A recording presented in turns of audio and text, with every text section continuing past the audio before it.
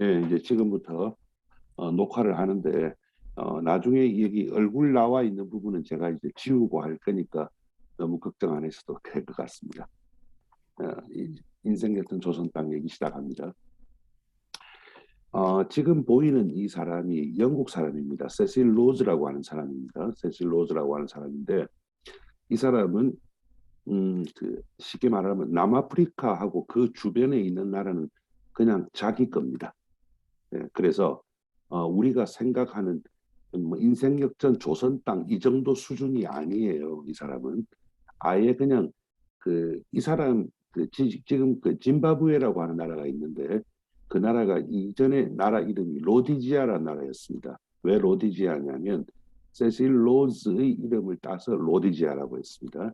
그리고 옛날에 클린턴 대통령이 그 영국에 유학을 갔을 때 장학금을 받았는데 그 장학금 이름이 로즈 장학금입니다. 이 사람이 만든 장학금인데 아무튼 이 사람 얘기를 하기 시작하면 끝이 없는데 이런 사람이 있었고 또 한 사람 더 말씀드리죠. 이 사람은 그렇게 많이 알려져 있지 않습니다. 제임스 타우브만 골디라고 하는 사람입니다. 이 사람이 이제 영국 원래 스코틀랜드 혈통인데 태어나기는 영국의 아일 오브 만이라고 조그만 나라인데 거기가 지금도 독립국이에요. 예, 화폐도 자기들끼리 발행합니다. 제가 이제 그 섬 사람들을 좀 많이 알아가지고 거래를 했어요. 그래서 이제 그 사람에 대해서도 좀 관심을 가졌는데 우리가 지금 나이지리아라고 하는 나라 있지 않습니까? 아프리카에. 예, 그 나라는 그냥 이 사람 겁니다. 그냥 그렇게 생각하면 됩니다. 갑자기 영국 사람들 이름 둘이를 얘기를 하는 이유가 일본 사람들은 죄송합니다. 일본 사람들은 이 정도 수준의 사람을 가져본 적이 없어요. 쉽게 얘기를 하면 일본 사람들 중에서 우리나라에 와서 출세를 한 사람들은 많지만 그래 조선 땅은 내 거다라고 할 만한 사람은 없었지 않습니까? 예, 그리고 또 만주 침략을 했지만 만주 땅은 내 거다라고 얘기할 사람은 없었지 않습니까? 만약에 일본이 식민지를 한 50년 정도 더 경영을 했다면 어쩌면 비슷한 사람이 하나 정도 나올 수 있었겠죠. 그런데 일본은 그 정도 수준이 되지를 못했습니다. 그래서 1914년이었죠. 1914년에 그 일본이 중국에 대해서 21개조 요구라고 하는 걸 합니다. 21개의 요구 조건을 내놓습니다. 그 21개의 요구 조건을 쭉 읽어보면 일본이 사실 일본이 실질적으로 식민지화를 처음으로 성공한 것이 우리나라거든요. 다른 데는 아직 그 성공이라고 얘기하기는 어렵습니다. 그래서 그 당시에 이 사람들이 중국에 대해서 21개조 요구를 내놓는데 그 내용을 보면 한국을 오랫동안 자기들이 1876년부터 시작을 해가지고 끝내 합병하기까지 쌓았던 모든 이 그 경험들 그거를 21개조에 거의 집약을 해놓는 형태를 보입니다. 그러니까 일본으로서는 한국이 거의 처음으로 성공한 식민지입니다. 대만이 한국보다 조금 먼저 되긴 했지만 대만은 우리나라 같이 완벽하게 시스템이 되어 있는 나라가 아니었죠. 그렇기 때문에 일본 입장에서 식민지로 가장 먼저 만든 곳이 바로 한국입니다. 이 조선입니다. 그러다 보니까 뭐가 많이 어설펐습니다. 그래서 제대로 준비가 돼 있지도 못했고 그러다 보니까 이 영국 사람들이나 프랑스 사람들과는 달리 와가지고 시행착오도 많이 겪을 수밖에 없었어요. 그래서 그 얘기부터 시작을 합니다. 지금 이 사람은 제가 모르는 사람입니다. 그냥 그 인터넷에 있는 누구를 따왔어요. 아마 나이는 조금 있어 보이긴 하는데 신혼 부부라고도 얘기를 하는데 여기가 온양온천입니다. 옛날 아마 1960년대 아닌가. 정말 참고로 저희 아버지 어머니도 신혼여행을 온양온천으로 가셨다고 하더라고요. 그런데 이 온양온천에 신혼여행을 온 어떤 여성입니다. 참 젊은 사람이니까 예쁘죠. 근데 이 온양온천이라고 하는 데가 원래 그 우리나라 왕실 휴양시설이었어요. 그래서 아무나 못 들어가는 곳이었죠. 그러다가 1904년에 이 예종석이라고 하는 사람이 있습니다. 이 사람도 뭐 이 사람 정도 자료는 찾아보면 금방 다 나옵니다. 이 사람이 처음으로 일종의 그 설립 허가를 얻고 그리고 나서 아미도 도쿠야라고 하는 사람이 인근 토지를 확보하면서 온천 개발권을 획득을 합니다. 그래서 이 사람은 뭐 하는 사람이냐면 아미도 도쿠야라고 하는 사람은요. 철도 건설 청부업자입니다. 그런데 지금 우리는 청부라고 얘기를 하면은 뭐 살인 청부 이런 게 익숙해서 아주 나쁘게 들릴 수 있는데 그렇지는 않고 그 당시에 이제 청부업이라고 하는 것은 우리나라 요즘 개념으로 벤더입니다. 그냥 벤더. 그렇게 해서 하청받아서 하는 사람인데 철도 건설을 하면서 모든 것을 국가가 다 할 수는 없잖아요. 그래서 그 구간별로 이렇게 당연히 지금도 그렇지 않습니까? 이렇게 줍니다 일을. 그래서 근데 그 중에서 온양 부근을 이 사람이 맡았던 거예요. 그렇게 해가지고 이때 온천 개발권을 획득하고 나서 온양 온천 주식회사를 설립을 했는데 자 빨간색으로 나옵니다. 간 시네토라고 하는 사람이 있죠.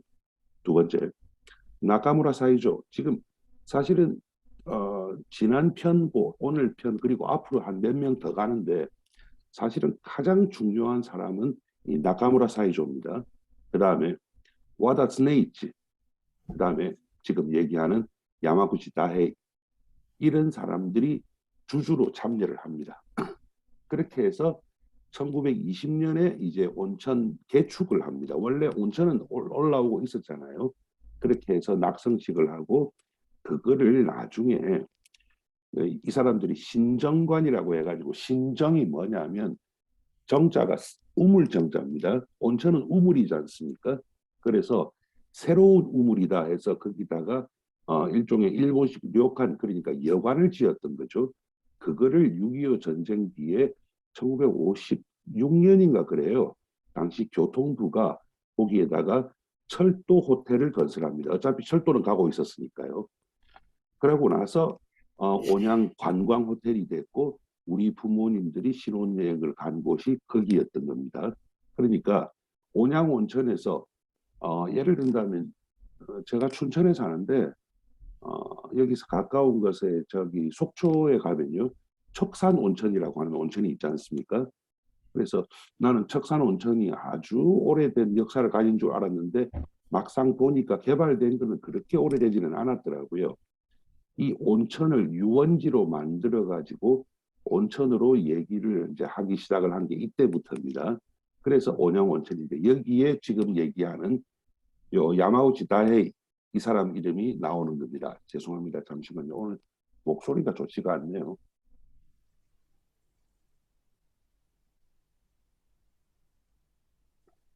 네네. 네, 목소리가 좀 좋지가 않아서 기침을 한번 했습니다. 자, 근데 그 당시에 경성 삼원로라고 하는 사람들이 있었습니다. 앞에 말에는 4명 중에서 간신에 따로 이 사람은 이 사람도 물론 뭐 대단한 사람이긴 했는데 어떻게 본다면은 일종의 이 사람 위에 있는 3사람의 바지 역할을 많이 했습니다. 그래서 위에 보면 나카무라 사이조, 그다음에 와다 트네이치, 그다음에 야마구치 다헤이 요 3사람이 경성 삼원로라고 했습니다. 그런데 우리나라 글로 경성 삼원로라고 해가지고 구글 검색을 하면 많이 나옵니다. 이 사람들 이름이 정확하게 나옵니다. 그런데 한자로 이 경성 삼원로라고 해가지고 일본에서 검색을 하면 안 나옵니다. 무슨 말이냐면요. 경성 삼원로는 지네끼리 경성 삼원로예요. 일본에서는 그 지네들이 무슨 원로야? 라고 하는 사람들이었습니다. 그러니까 지난번에도 제가 말씀드렸다시피 여기에서는 뭐 자기들이 대단하다고 어깨에 힘을 팍 주고 이랬는데 막상 일본의 엘리트들이 보기에는 어디 뭐 저 발바닥에 때가지밖에 안 봤던 거죠. 근데 그래도 경성에 와서 사업을 하고 일본이 소사이어티를 만들고 또 뭐 거기서 돈도 많이 벌고 그랬으면 일본에서 이 사람들을 좀 대우를 해줘도 될 거 아니겠습니까? 근데 왜 대우를 안 해줬던가 하는 데 대해서 이제 지금부터 얘기를 해보도록 하겠습니다. 이거는 이제 스탠포드에 있는 후버 인스티튜션이라고 하는 곳입니다. 있는 자료입니다. 그러니까 이 자료들이 찾기가 참 쉽지가 않아요. 근데 여기 보면 신문이죠. 조선신보라고 돼 있지 않습니까? 그럼 조선신보면 뭐 신문인데 조선신보니까 조선에서 나왔겠지. 예, 맞습니다. 조선에서 나왔는데 이거는 한글 신문이 아니고 일본 사람들을 위한 신문입니다. 여기에 보면은 영치 40년, 그러니까 이게 언제냐면요. 우리나라 1907년 얘기예요. 1907년에 조선신보에 보면은 어떤 말들이 나오고 여기에 보면은요. 무슨 광고가 하나 있어요. 그래서 이 광고를 이제 보면은 한국운수주식회사 주식 모집 광고가 있습니다. 그러니까 그 당시에 이 사람들이 요즘 말로 IPO를 했던 겁니다. 그래서 발기인들을 해가지고 한국운수주식회사를 만드는데 주식을 팔겠다, 투자하라라고 했던 겁니다. 그러면 여기에 보면은 발기인이 있습니다. 빨간색으로 제가 표시를 했죠. 발기인이 있는데 발기인들 중에서 여기 동그라미 그려진 사람들 있지 않습니까? 요 동그라미 그려진 사람들이 몇 명 있죠. 근데 여기 보면은 동그라미 보이는 사람들은 창립위원이다 이겁니다. 자, 사실은 그 당시 조선에 와가지고 뭐 사업을 한다고 다 성공하지는 않았겠죠. 사업은 누구나 실패를 하죠. 그런데 성공한 사람들의 이름은 여기에 거의 다 있다고 보시면 됩니다. 그러니까 한국에서 1907년에 운수 사업을 하는 회사를 설립하는데 투자를 한 사람들이죠. 그러면 이 사람들이야말로 일본 사람이 그 당시 한국에 와가지고 출세한 사람들입니다. 그리고 거기에는 지금 제가 얘기하는 야마구치 다헤이 이 사람도 당연히 들어가 있습니다. 자, 이제 한 칸 더 들어가 보죠. 야마구치 다헤이에 대해서 한번 알아보겠습니다. 이 사람 이름을 제가 안 지는 오래됐어요. 그런데 자료가 안 찾아져 가지고 저는 궁금하더라고요. 왜냐하면 음, 그 어디서부터 이게 시작이 됐느냐 하면 옛날에 그 아직 우리나라 그 일본하고 문화 개방이 되기 전에 일본 배우나 가수들 중에 몇 명이 한국에 와서 활동을 했거든요. 그리고 그 사람들이 대개는 일본을 대표하는 사람인 줄 알았어요. 그런데 시간이 지나서 진짜로 일본 어, 그 문화가 개방이 되니까 알고 보니까 별 수도 없는 사람들이더라고요. 모르는 사람이에요. 일본 사람들이. 그래서 저는 그때부터 궁금하기 시작을 해가지고 제가 또 고향이 아까 이제 말씀드렸다시피 부산이라고 말씀드렸지 않습니까? 부산에는 또 그런 일본 사람들이 흔적들이 많이 남아 있습니다. 그래서 이 사람들이 도대체 어떤 사람들이었을까라고 해가지고 찾고 찾다가 이 책을 발견을 했던 겁니다. 제한 성공 그다음에 구주인 그러니까 큐슈 사람으로서 한국에 와서 성공한 사람들에 관련한 책입니다. 이 책이 언제 나왔느냐면요. 이미 1908년인가에 나왔습니다. 즉 한일 합방 되기 전입니다. 그러면 한국에 와서 성공한 큐슈 사람이 있으면 다른 데 사람도 있지 않겠습니까? 예, 다른 데 사람 이 책이 좀 많이 팔렸어요.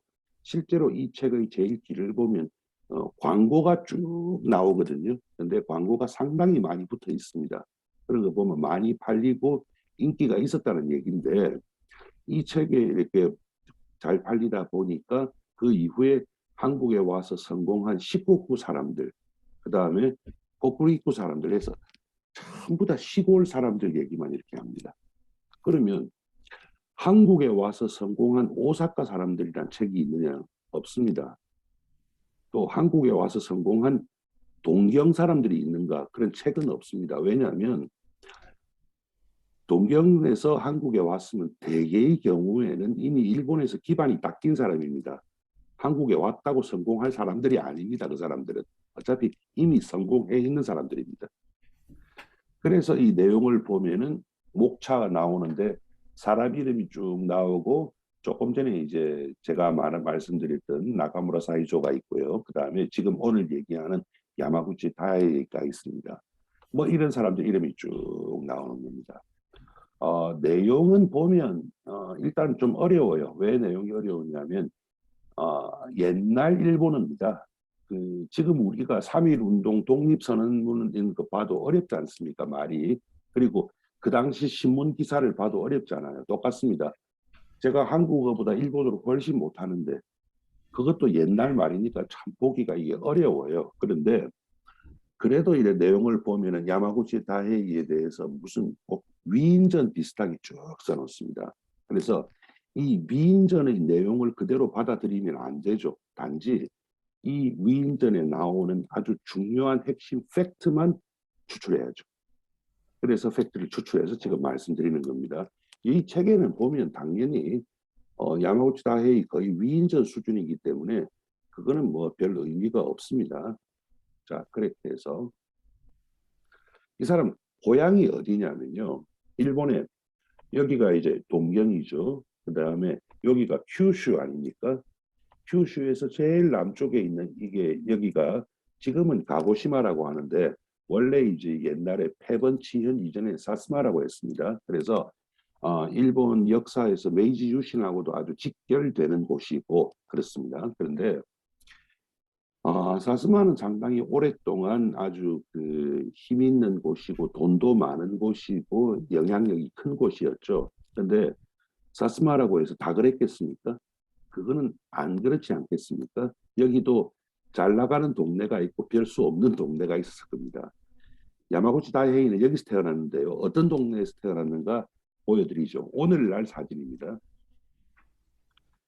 자, 이게 구마노조라고 하는 동네입니다. 구마노조 무라라고 하는 동네인데 이게 이제 요게 이제 우리나라 외자죠. 이게 왜 구마라고 이제 표현을 하는데 이게 이제 강이나 이런 게 굽이치다 이런 뜻이래요. 그런데 아마 여기 어디 강이 있고 뭐 조금 빙 돌아가는 모양입니다. 이게 지금 뭐냐면요. 여기에 있는 역입니다. 열차역입니다. 열차역만 딱 봐도 이 사람이 어떤 동네에 태어났는지 아시겠죠? 사실 요 정도 크기의 역은 우리나라에서도 찾아보기가 참 어렵습니다. 정말 조그만 역입니다. 이 사진이 언제 찍혔는가 보니까 한 2년 전인가 찍혔더라고요. 예. 그래서 지금도 이 동네는 그냥 딱 요 수준입니다. 그래가지고 이 사람이 태어난 주소지가 있어요. 그래서 주소지를 또 찾아 들어가서 요즘 세상이 얼마나 좋습니까? 그래서 구글 지도를 가지고 딱 봤더니 요 집에서 태어났어요. 어디서 뭐 옛날에 우리나라에서 많이 보던 풍경인데 요거는 아마 한 10년이나 뭐 그 정도 전에 찍은 사진 같습니다. 그런데 이거를 보고 있으면은 대충 어떤 동네 출신이다 정도는 아마 아실 수 있을 겁니다. 정말 깡촌 출신입니다, 이 사람이. 근데 예. 이 사람이 친척이 이제 있어가지고 오사카로 가가지고 일을 했어요. 먹고 살 길이 없어가지고. 근데 오사카에 가서 일을 했는데 아마 별 수가 없었던 모양입니다. 그래서 또 그만두고 이제 집에 와 있다가 그 다음에 다시 이제 왔다가 또 다른 친척인데 내가 그 친척이 누군가를 알면 너무 재밌을 것 같은데 그 친척은 아직 모릅니다. 친척의 또 소개로 후쿠오카로 갔습니다. 후쿠오카는 우리나라에서 아주 가깝죠. 그래서 거기에서 일을 하다가 그 사람이 사업 확장을 하면서 뭐 지사까지는 안 되고 그냥 너 그러지 말고 조선에 가가지고 물건을 좀 사와라. 그러면 조선에 있는 물건을 가지고 여기에 와가지고 팔면 돈이 되겠다라고 했던 겁니다. 그래서 이 사람이 조선에 갔습니다. 가가지고 회사를 아마 조그만 상회라고 하는 걸 하나 차렸습니다. 가부상회라고 하는 건데 차려가지고 물건을 하는데 문제가 이제 한번 생겼던 겁니다. 이 문제가 뭐냐면요. 여기서부터 인생 역전이 시작이 됩니다. 지금 보이는 게 우리나라 남대문입니다. 근데 소 가죽을 샀어요. 이 사람이. 소 가죽을 사가지고 이제 이거를 인천에 가가지고 배를 실어가지고 일본으로 보내야 될 거 아니겠습니까? 남대문을 통과를 했는데 남대문에 있는 초병, 그때가 언제냐면 1894년입니다. 아직 일본이 한국에 대해서 결정적인 영향력을 발휘할 때가 아닙니다. 아직. 그때 이 사람이 음, 남대문을 통과를 하는데 초병이 막았어요. 막고 나서 뭐냐라고 하니까 이게 뭐냐? 그러니까 소가죽이다. 그러면 소가죽을 이거 어떻게 할 거냐? 일본에 보낼 거다. 그리고 수출이니까 세금을 내야 된다 이렇게 됐던 겁니다. 당연한 얘기죠. 세금 내야 됩니다. 그리고 그 당시에 법도 세금을 내게 돼 있었습니다. 자, 문제는 뭐냐면요. 자, 여기서부터 복잡한데 세법에 의해 가지고 네거티브 리스팅이냐 포지티브 리스팅이냐의 문제가 있는데 세법을 아무리 찾아봐도 소가죽에 몇 퍼센트의 세율을 적용하는지가 안 나와 있어요. 뭐 소가죽을 수출할 줄 몰랐겠죠 아마. 그러니까 이 사람은 자 법을 보자라고 얘기를 했던 것이고 그러니까 뭐 남대문 초병하고 그 위에 이제 지휘관이 있었겠죠. 그 사람들은 말이 좀 버벅버벅했을 겁니다. 할 말이 없었겠죠. 아무튼 안 된다라고 해서 압수를 했어요. 근데 이 사람이 이제 성질머리가 좀 있었던 모양이에요. 그래서 이 니폰도 일본도를 들고 가가지고 위협을 했어요. 그러니까 깜짝 놀래가지고 이걸 내줬던 겁니다. 사실은 그 전에 스토리가 있습니다. 이 사람이 억울했겠죠. 그래서 그 당시에 서울에 있는 일본 영사한테 찾아갔습니다. 찾아가가지고 아니 내가 이래 이런 일을 하는데 이 녀석들이 법에도 없는 세금을 내라고 한다라고 했던 겁니다. 그러니까 뭐 그 사람 입장에서는 그 당시에 영사 입장에서는 귀찮았을 거 아닙니까? 그래서 귀찮아가지고 뭐 그냥 좋게 좋은 게 좋은 거다라고 넘어가자라고 했던 건데 그것 때문에 더 열이 받았어요.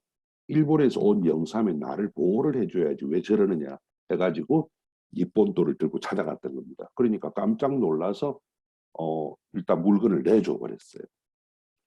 뭐 물건 값이 얼마가 되는가는 모르겠는데 이 일 때문에 이 사람은 그 당시에 조선 땅에 와 있는 일본 사람들한테 그냥 영웅이 돼 버립니다. 어, 자기들 막 비슷한 일들이 많지 않았겠어요. 근데 그때마다 일본에 저기 조선에 와 있는 일본 사람들은 그냥 속만 앓고 또 똑같이 뭐 일본 외교관한테 찾아가 봤자 아무런 도움이 안 되지 않았겠습니까? 그래서 한데 어떤 사람이 와가지고 이렇게 해결을 해버리니까 영웅이 돼버리죠. 그러면서 두 번째 일이 시작이 됩니다. 이게 두 번째 일이 뭐냐? 제가 말씀을 드렸는데 그 예고를 하면서 일본 정부에서 이 사람을 거의 인간 쓰레기로 봤다. 왜 인간 쓰레기로 봤느냐가 지금 나옵니다. 지금 여기가 어디냐면요. 인천에 있는 유곽이라고 하는 것이 요즘 개념으로 치면 일종의 집창촌이죠. 예. 그런데 이게 이제 좀 얘기는 긴데 간단하게 얘기를 하면 그 당시 조선에 와 있는 일본 사람들이 뭔가 고정적인 수입을 좀 얻어야겠는데 여러 가지로 문제가 있었던 겁니다. 그래서 차라리 여기다가 유곽을 차리고 일본에서 장기들을 그러니까 율랑 여성들이죠. 여자들을 좀 데리고 와서 영업을 시키면 좋겠다라는 생각을 한 겁니다. 그래서 그렇게 하려고 하니까 일본 외교관들은 또 싫어하죠, 당연히. 왜냐하면 일단 국가 체면이 말이 아니지 않습니까? 이런 짓을 하면은. 그래서 야, 하지 말자라고 얘기를 했던 겁니다. 근데 이 사람이 여기서 또 참 희한한데 지난번에 그 고바야시 겐로쿠 그 사람도 그랬는데 이 사람이 일본 사람들한테 뭐라고 했느냐면 일본 외교관들이죠. 당신들은 일본에서나 똑바로 하라. 어차피 조선 땅에서 할 줄 아는 일도 없으면서 왜 우리가 정상적인 사업을 하는 것을 방해한단 말이냐. 이게 무슨 말이냐면 이 데리고 오는 업자는 따로 있습니다. 이 사람들은 땅만 확보해가지고 자리세를 받겠다는 개념입니다. 개념이 좀 다릅니다. 그러다 보니까 이 사람이 정말로 중심이 돼버린 겁니다. 그래도 자, 여기까지는 이 사람이 뭐 기껏 해봤자 아까 말씀드렸다시피 뭐 남대문에서 뭐그 소가죽 하나 수출하다가 뭐 문제 일으키고 또 이번에는 뭐 이런 일 하다가 좀 뭐 문제를 일으키고 그 정도 수준에 불과했죠. 이제 업그레이드가 됩니다. 그래서 어디까지 업그레이드가 되는가에 대해서 말씀을 드릴게요. 조선상업은행입니다. 지금 이 상업은행 이 건물이 이 건물의 모습이 사실은 지금도 우리은행 건물하고 그대로 있습니다. 그리고 우리나라에서 땅값이 제일 비싼 곳입니다. 이게 이제 원래 조선 천일은행이라고 하는 은행이 있었어요. 그런데 이제 그 은행을 원래 러시아하고 얘기를 하다가 뭐가 안 되고 또 돈을 모아봤는데 안 모이고 하다가 새로이 허가를 내면서 외국인 개인도 받아주겠다 해가지고 이 사람이 여기에 들어갔던 겁니다. 야마구치다에 들어갔던 겁니다. 그렇게 해가지고 이번에는 드디어 은행의 저 등기이사이긴 한데 요즘 우리나라 개념으로 등기이사이긴 한데 뭐 그렇게 집행을 하는 사람은 아니었어요. 이 사람은 뭐 아주 그 선진적인 금융기법 이런 걸 아는 사람이 아니에요. 어차피 배운 것도 없는 사람이고 그런 사람입니다. 이게 이제 그 조선상업은행 그 당시에 원래 본점은 여기였고 이게 어디냐면요. 종로는 종로 맞습니다. 종로는 맞는데 그 광화문의 그 을지로 입구에서 그다음에 저쪽에 그 종각 쪽으로 올라가다 보면 오른쪽에 있는데요. 요게 지금 지금 사진입니다. 그래서 현재 여기는 우리은행 종로 지점이라고 돼 있지 않습니까? 그런데 정확하게는 우리은행 종로금융센터라는 이름으로 돼 있어요. 그래서 여기에 보면 옛날 주식회사 조선상업은행 종로 지점이라고 하는 한자 명판을 그대로 지금도 붙여놓고 있습니다. 왜냐하면 이거는 역사적인 거기 때문에 없애지 않고 있습니다. 그게 이제 제일 잘 나갈 때는 이런 모습이었습니다. 그리고 아까 처음 봤던 사진이 요거의 사진이죠. 요 사진이죠. 네, 요 사진인데 보면 여기 한국은행 그 당시에 조선은행이 있지 않습니까? 지금 여기가 이제 지금 옛날에 여기가 한진 칼 빌딩 있는 곳이고요. 여기가 미도파 있는 곳이죠. 지금은 롯데영. 그 다음에 여기가 지금 롯데 있는 곳입니다. 그 다음에 여기 톡 튀어 올라와 있는 데 있죠. 여기가 미문화원입니다. 여기가 미문화원이고 그 옆에가 이제 지금의 서울시청이고 뭐 이런 식으로 이제 돼 있는데 요 모습이 지금도 그대로 그리고 지번 체제도 지금도 그대로 가고 있습니다. 그래서 그것이 지금 이 건물은 우리한테 상당히 익숙합니다. 그래서 이게 상업은행이었고 그 이후에 여러 번 합병하고 하면서 지금은 이 은행이 그 우리은행으로 돼 있죠. 그래서 제가 이제 예고하면서 이 사람의 흔적은 우리가 오늘 또 집 밖으로 나가면 30분 내로 만나게 된다 하는 것이 그 이유입니다. 우리가 우리은행은 쉽게 쉽게 보잖아요. 예, 그래서 뭐 저도 계좌가 우리은행에 있는데 이게 우리은행이 지금 돼 있는 겁니다. 야마구치 다이오에 대해서 한국사 데이터베이스, 일본에서는 데이터를 찾아봐도 그렇게 많지가 않습니다. 그다지. 왜냐하면 일본 입장에서 그렇게 신경 쓸 사람이 못 됩니다. 수준이. 그런데 한국사 데이터베이스를 보면 한국 근현대 회사 조합 자료라고 해서 거기에 52회 올라갑니다. 그 다음에 조선 총독부 관보에도 또 85회나 올라갑니다. 관보에 왜 이 사람이 올라갔느냐? 이 사람은 공무원을 해본 적이 없습니다. 근데 왜 관보에 이 사람이 올라갔느냐 하면요. 이 사람은 관보에 주로 주식회사 설립 허가, 주식회사 이사 변경 허가 뭐 그런 걸로 대개 올라가 있습니다. 내용 하나 정도만 제가 한두 개만 보도록 하죠. 회사 조합 자료라고 해서 이 사람 이름이 올라가 있는 것이 여기 위에서부터 보시면 조선실업은행, 조선중앙철도, 그 다음에 조선우선, 대전전기, 경성전기, 조선유업, 뭐 그 다음에 경성일환수산, 예, 그 다음에 온양온천 아까 말씀드렸던 이렇게 해서 숱하게 많은 회사에 이 사람이 어떤 식으로든 올라갑니다. 그래서 대개의 경우에는 주주의 신분으로 올라가는 경우가 많습니다. 이 사람이. 요 중에 하나 한두 개 보죠. 온양온천.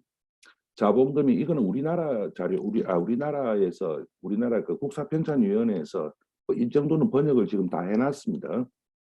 자본금이 10만 원이고 최초 불입금은 이제 6만 원이었던 겁니다. 그렇게 해가지고 가는데 목적이 온양온천에서 뭐다라고 해가지고 배당률이 5%다 해놓고 여기에 보면은 전무이사, 이사 해가지고 방금 제가 말씀드렸던 이름들이 쫙 다 나옵니다.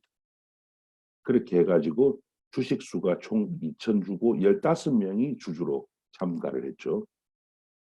그 다음에 경성전기. 원래 이제 많은 사람들이 경성전기 지금도 거기에 가면 있습니다. 있는데 그 한전 그러면 경성전기가 한전이냐 하는 데 대해서는 얘기가 많습니다. 사실은 그건 좀 다릅니다. 왜냐하면 우리나라 전기 그 파워 시스템은 실질적으로 6.25 이후에 워낙 많이 다 변해버렸거든요. 그래서 이 뭐 지금은 한전을 경성전기다라고 얘기하기는 어렵습니다. 그런데 어쨌든 경성 그러니까 서울에 전기를 쭉 다 공급을 하는 회사가 있었을 거 아니겠어요. 그래서 그 회사가 자본금이 1,500만 원이고 불입금, 적립금 해가지고 있는데 여기에 보면은 이사로서 이 사람 이름이 정확하게 딱 들어가 있습니다.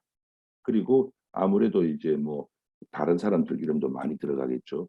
예, 근데 이 이사는 우리가 말하는 상법상의 이사지 우리가 이제 회사에서 얘기하는 직접 일을 하는 이사하고는 조금 다르긴 합니다. 하나만 더 볼까요? 잘 안 보이는데 예.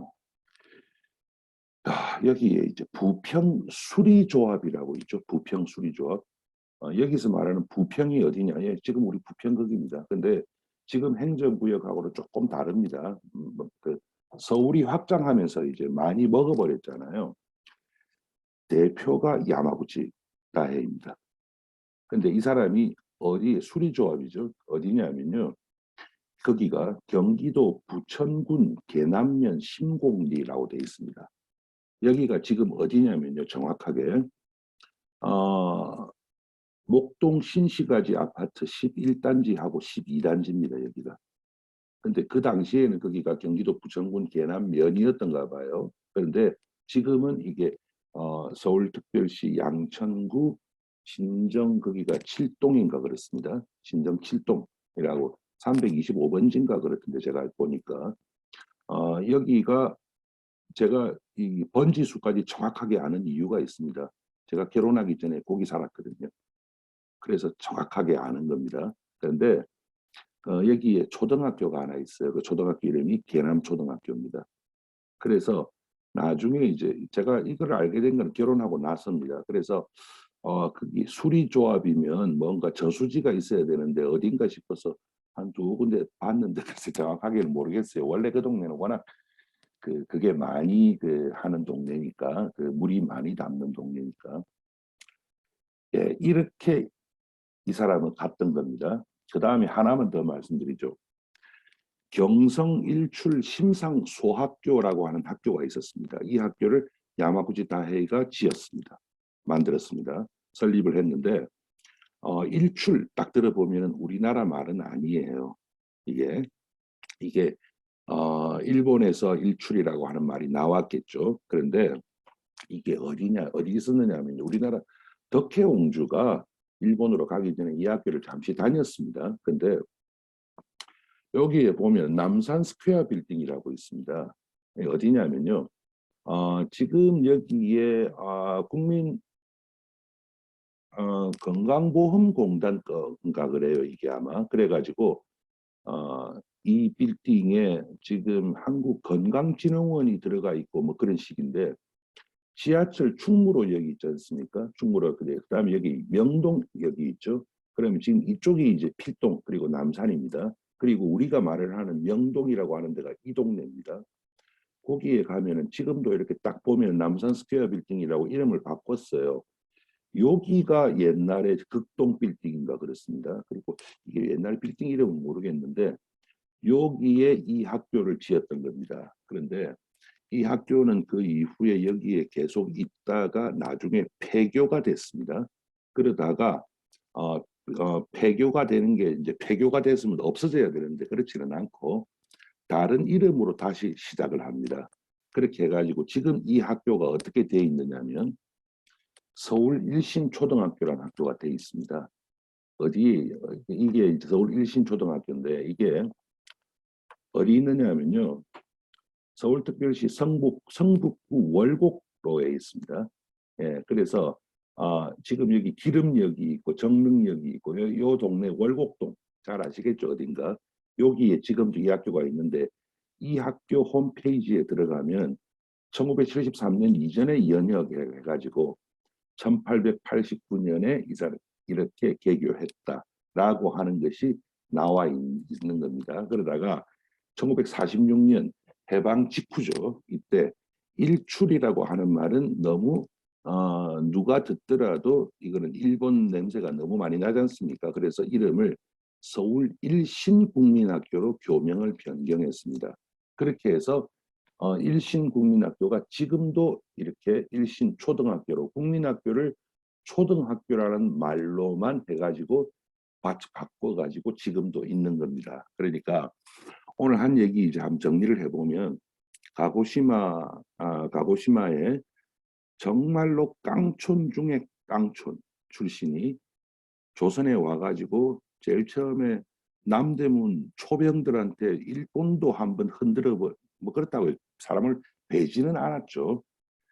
한번 흔든 것 때문에 스타가 됐고 그 이후에 일본 정부가 하지 말라는 짓은 죽으라고 해가지고 완전히 부자가 되었고 그 이후에 여러 가지 사업 사실 지금 일신초등학교 이거는 이제 일본 불교하고도 관련이 돼 있어요. 왜냐하면 그 사람이 학교를 운영을 할 줄은 모르잖아요. 그래서 이제 불교 재단에다가 이걸 맡겼습니다. 그 당시에.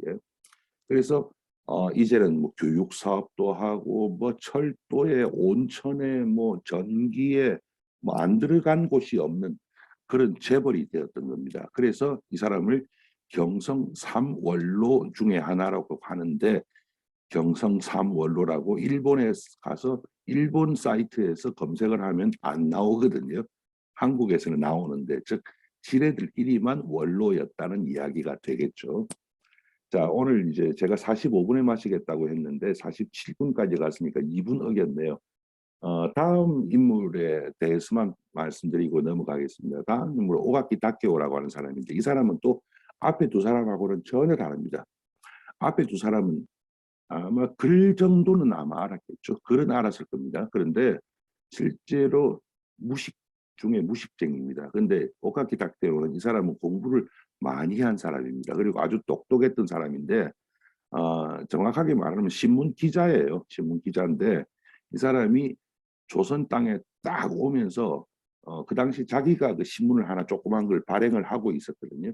근데 자 폐간을 합니다. 자 이 신문을 이제 접습니다. 하면서 왜 내가 이 신문을 접느냐 해서 이유를 쫙 써놔요. 그 이유가 너무 그 뭐라 그럴까요? 인상적이었어요. 감명 깊지는 않았고 아주 인상적이었어요. 그래서 다음 주에는 또 전혀 다른 성격의 인물을 한번 소개해 보도록 하겠습니다. 자, 49분이네요. 요 정도 하고 이제 얘기를 좀 나눠보도록 하시죠.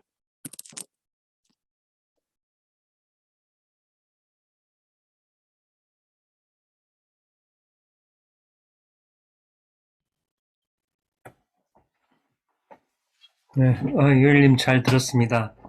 저 음소거가 다 돼 있기 때문에 음소거 버튼을 예, 예, 누르고 이야기하시면 될 것 같습니다. 예, 예.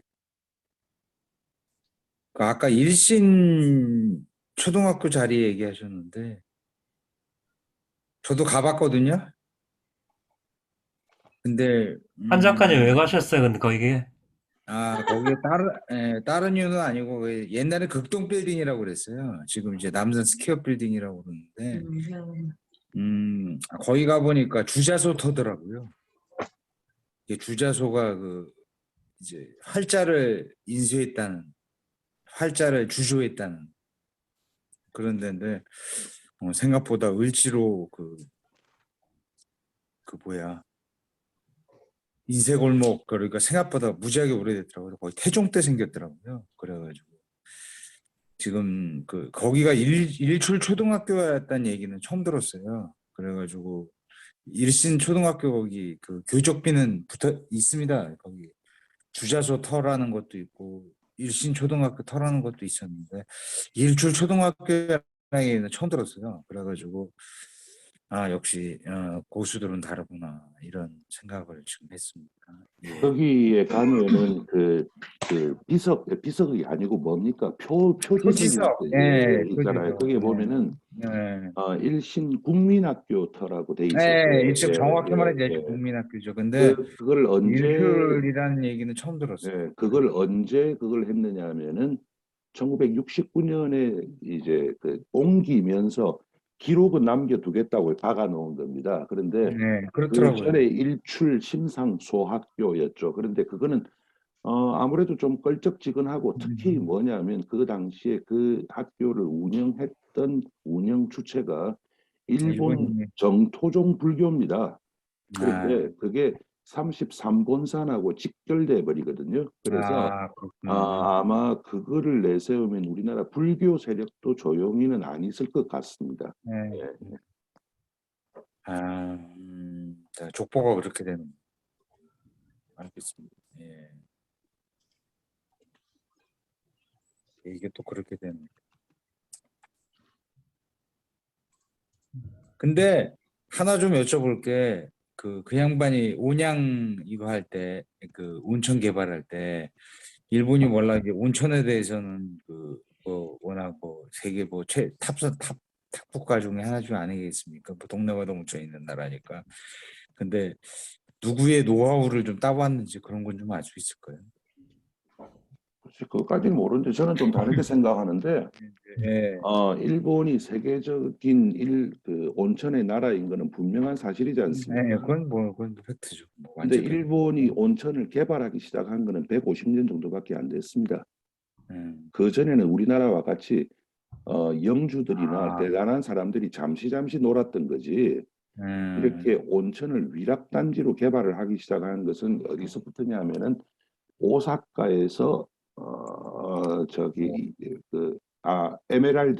에메랄드라고 하는 배를 띄워 가지고 오사카 사람들이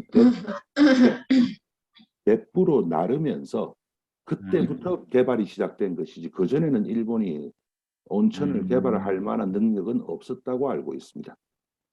아니 뭐 일본 원숭이도 온천 했다고 걔네를 자랑하는데. 원숭이들 아니 어차피 물이야 이제 지금 이제 우리나라 같은 경우는 이제 온천이 이제 용출 온천이라고 하죠. 즉 가만히 음, 있는데 땅에서 이제 파고 음. 나오는 게 배감 온천 하나밖에 없잖아요.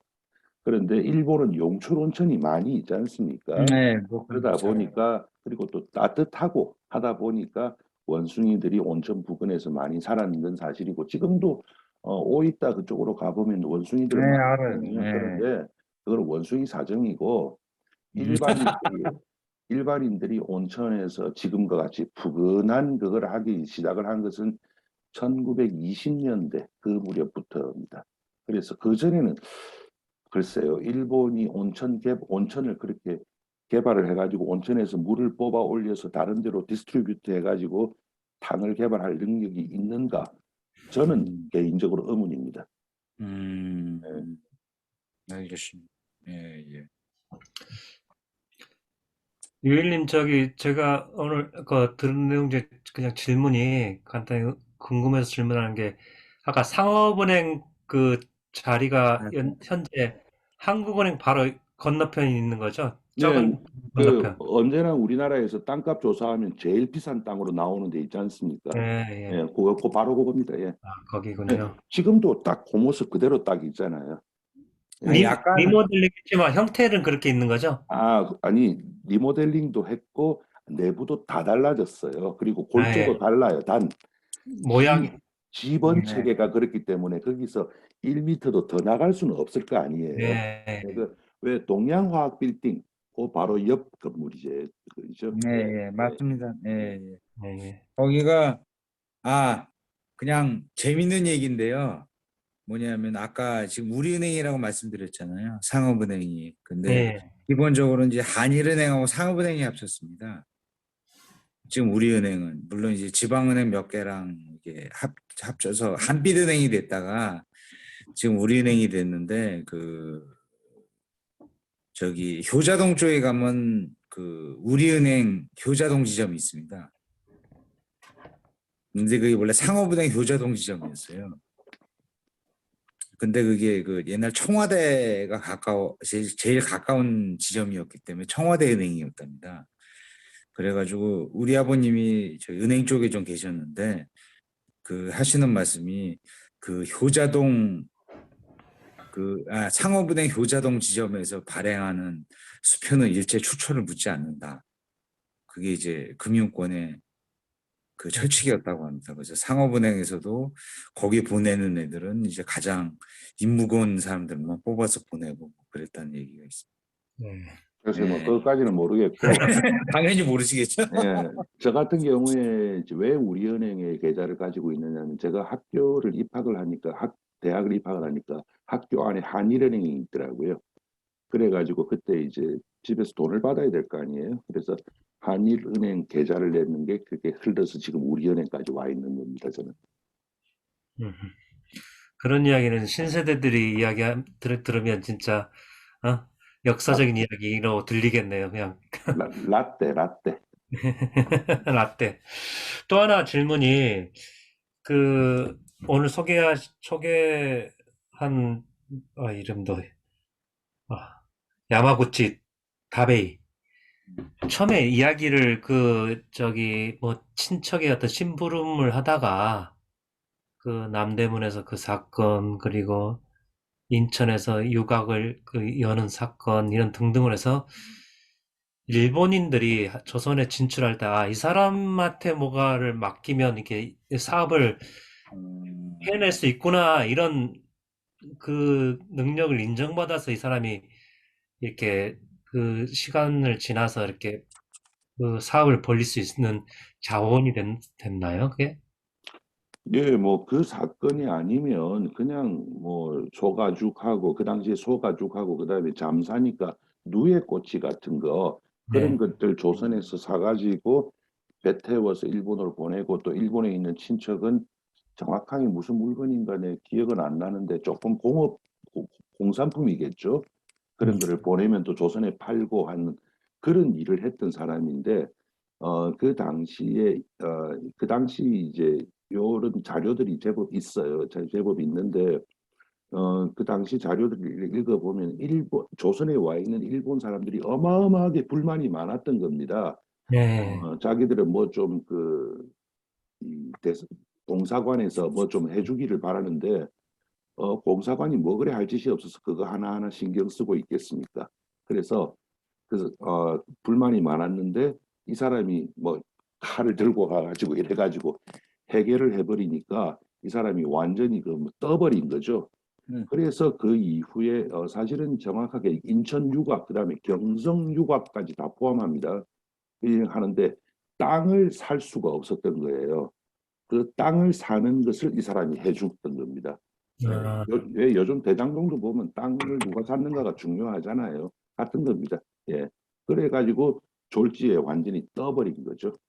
그러니까 근데 그 땅을 일본인 사람들한테 조선에서 뭔가를 하려면 이 사람을 통해야만이 되겠구나 이런 능력이 있구나 해서 네, 해결하셨던 예, 쉽게 근데 말하면은 지금 우리나라 뭐 외국에 나가면 한인회라고 있잖아요. 예. 그 당시에 이제 조선에 거류민 거류민단이라고 거류민단이라고 있었습니다. 그리고 그 제목을 그대로 가져간 게 지금 일본에 있는 한국 사람들 민단입니다. 거류민단. 아, 근데 하나 좀 거류민단이라고 하는 것이 여쭤보겠는데 있었고 그 거류민단이 어 이제 일종의 그게 되고 싶었죠. 이익단체가 되고 싶었는데 문제는 하다못해 이토 히로부미까지도 그 사람들을 별로 인간 취급을 안 했어요.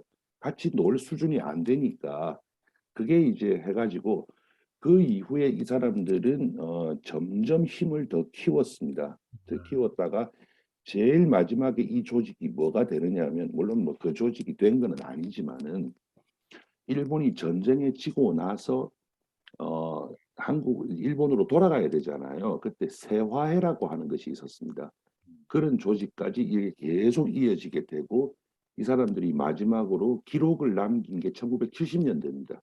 그 이후에는 이런 조직은 없어졌다. 그러니까 거류민단이 처음 그건 생긴 게 들었어요. 1890 몇 년도인데 마지막으로 이런 일들이 있었다라고 글로 기록을 남긴 게 70년대니까 네, 그건 들었어요. 한 80년 정도를 어떤 식으로든 이어졌던 거죠. 조직이 이어졌다는 거죠? 네, 물론 네. 제일 마지막에는 다 죽기 전에 하자라고 했지만은, 음.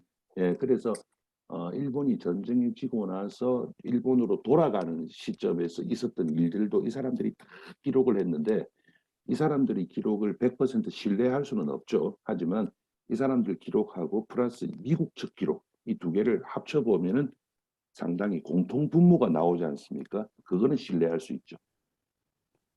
여기 하나 여쭤보겠는데 그 아까 그 유곽을 차렸다고 그랬는데 그게 충무로 쪽이었습니까? 용산 쪽이었습니까? 둘 중에 하나였을 것 같은데. 충무로요.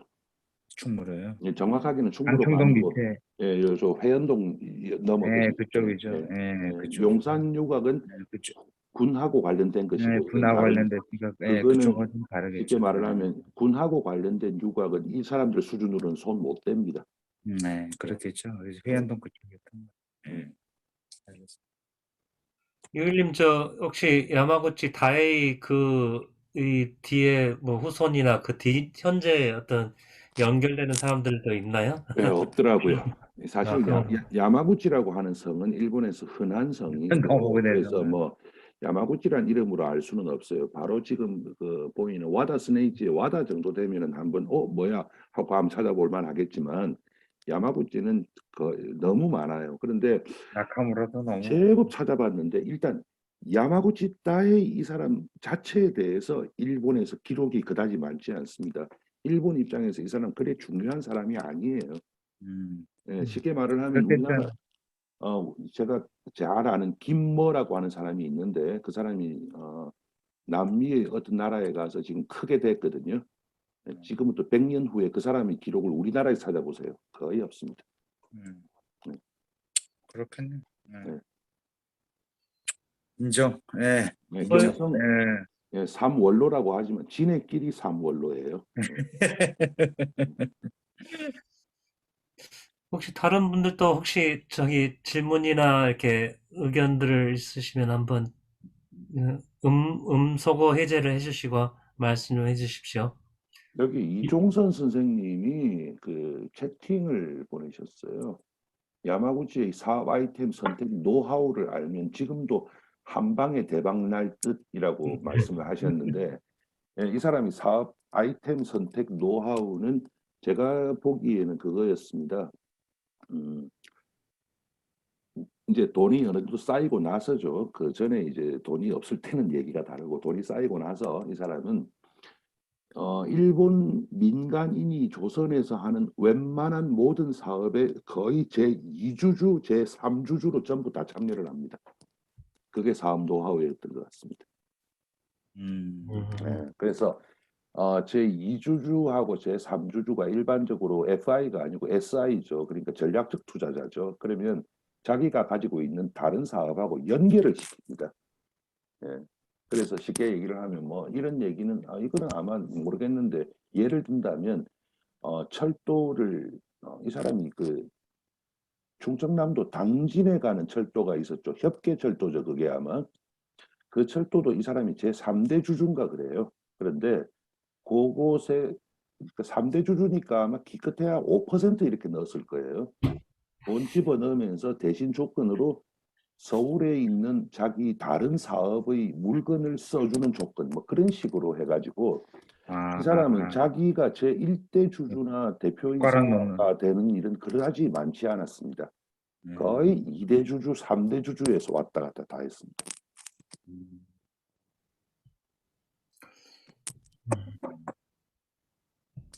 근데 그 당진으로 가는 협계철도가 저건가요? 장항선인가요? 아마 그런 걸로 알고 있어요, 제가. 예. 그럼 온양온천하고도 바로 연결이 되겠네. 그게 온양에서 모르겠어요. 그건 상황선이 온양 지나가죠. 예, 그런데 정확하게는 모르겠어요. 그거는 온양 온천하고 관련이 됐는가는 모르겠어요. 그건. 예. 상황선 협회는 아닐 건데 조금 알아봐야겠네. 아무튼 그 부분에 협계가 있습니다. 예. 협회. 지금은 철거됐을지. 지금은 없죠. 옛날에 협계가 있습니다. 네, 옛날. 그럼 장항선은 아니겠고.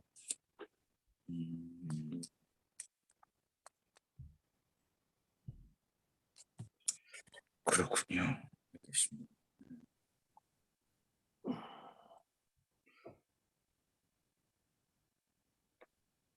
다른 그 뭐, 이 양반은 그 야마구치 다이에는 집은 어디 있었습니까? 서울? 봤는데 잊어버렸네요. 아마 뭐 명동 부근 아니었겠어요. 네, 이거 예, 그 예, 남청이었을 것 같긴 한데. 예, 아마 그럴 것 같은데 정확하게 모르겠습니다. 예, 야. 예. 예전에 본 기억은 나는데 그거까지 제가 이번에 이거 만들면서는 확인을 못했네요. 예.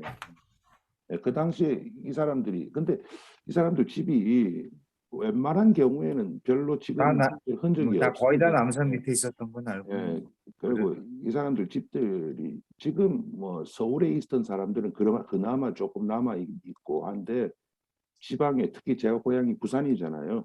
네. 부산에서 잘 나갔던 일본 사람들 집은 지금 가보면 전부 다 아파트예요. 뭐 네. 거기 또 뭐 네. 무슨 뜻인지 알아요. 부산에 뭐 좋은 땅이란 건 뻔하니까 네. 서울보다 네. 더 좋으니까. 아마 대구도 그럴 거고. 이종선 선생님, 뭐, 한 말씀 하실 말씀 없으세요?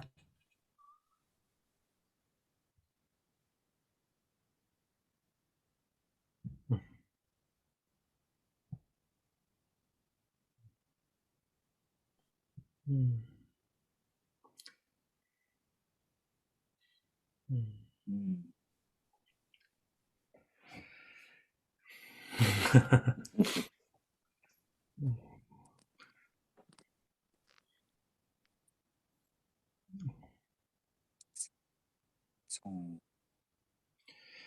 제가 우리 밴드에서 한정수 작가를 역사 흔적 찾아내는 건 아주 귀신이라고 생각했는데, 우리 유일님도 그 못지않게 만만치 않네요.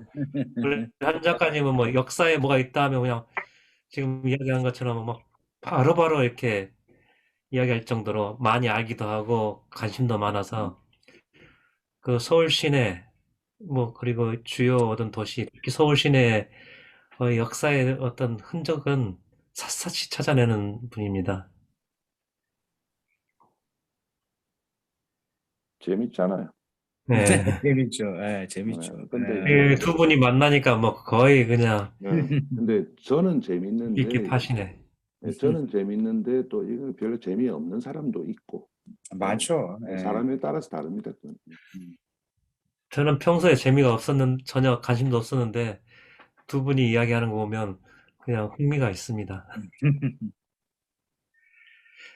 이분은 그러면 엄청난 여러 사업을 참여했고, 근데 일본이 패망하고 나서 모든 걸 다 아니요. 이 사람 1926년에 죽었습니다.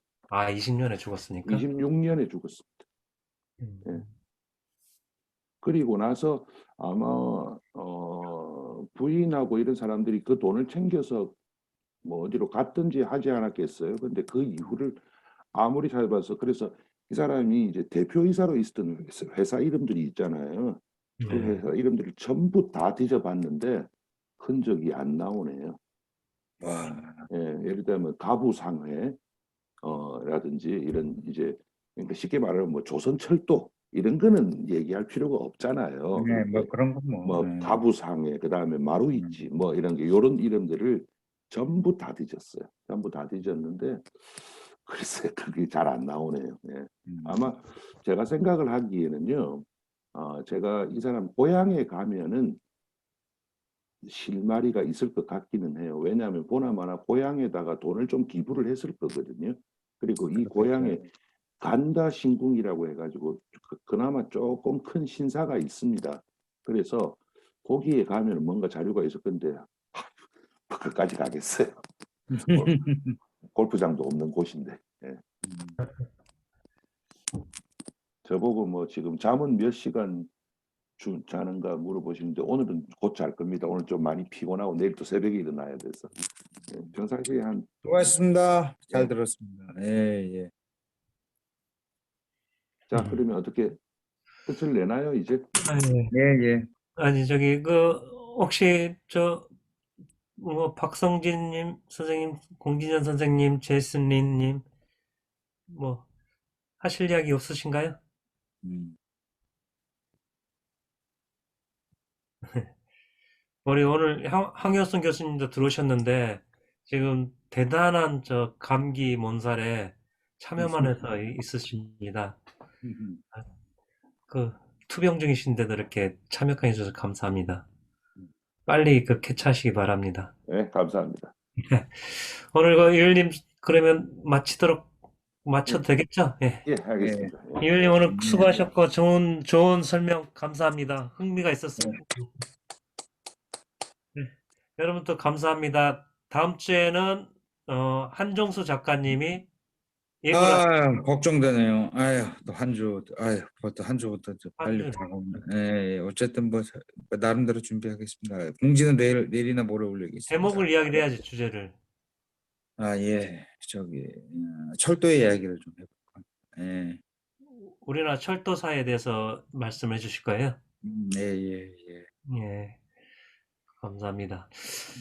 또 철도하면 그 덕후들이 많은 그 분야라서 또 철도, 예, 작가님이 철도. 못지않게 또 이야기해 주실 거라 생각되고 예, 예. 다음 주에도 저기 오신 분들 시간을 내셔서 같이 참여해 주시기 바랍니다. 그리고 주변에 또 친하신 분들이 있으면 같이 좀 소개를 해 주셔가지고 참여해 주시기 바랍니다. 아울러서 이거 공지는 뭐 밴드에도 올리지만 그 카톡에 사마천 오픈 채팅방이 있습니다. 카톡에서 사마천 오픈 채팅방을 조회해도 되고 밴드에도 이렇게 들을 수 있는 링크도 있기 때문에 거기 들어오시면 몇몇 저희들하고도 같이 이렇게 대화도 하고 특히나 이 화상회의가 개설되면 바로 거기에 공지하기 때문에 손쉽게 들어오실 수 있을 것 같습니다. 그게 꼭 가입해 주시고요. 오늘 수고하셨습니다. 감사합니다. 편히 쉬세요.